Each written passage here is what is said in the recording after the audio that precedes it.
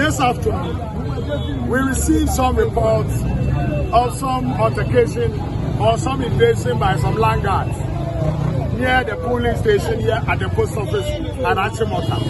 And so we quickly rushed to come and see what is happening. When we got here, the reports we got, in fact what we saw was that the entire community of young men, the youth, had organized themselves and they were on the streets. And according to them, they have received reports that there is a building, and that building had some MPP officials in there, including the MPP parliamentary candidate, and they are completing ballot papers. And so they decided to invade the building. Then the land guards did some gunshots, beat some of them, and they had to call for reinforcement. As at the time I had arrived, the land guards had dispersed. The information we got was that the police had arrested some of them. But subsequent to that, we were told that they had arrested nobody. They had also just immediately come in to assess the situation.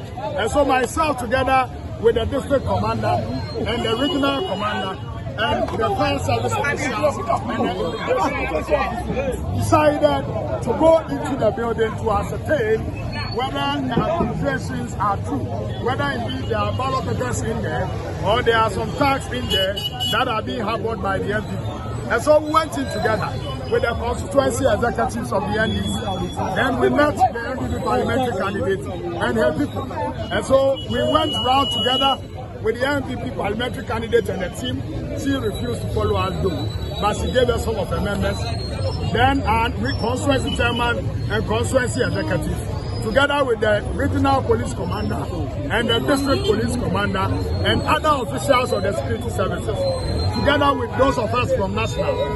Then we inspected the building room by room to see what exactly was being hidden in the room.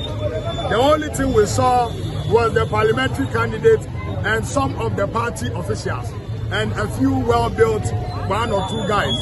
But according to them, they are the MPs or the parliamentary candidates' personal security. But we come through the building and we didn't see any ballot papers. We didn't see any paper at all. We went to every single corner. What we saw rather is the fact that they said they have decided to set up a collation center. We saw one or two computers and a screen that they have set up for projector projection.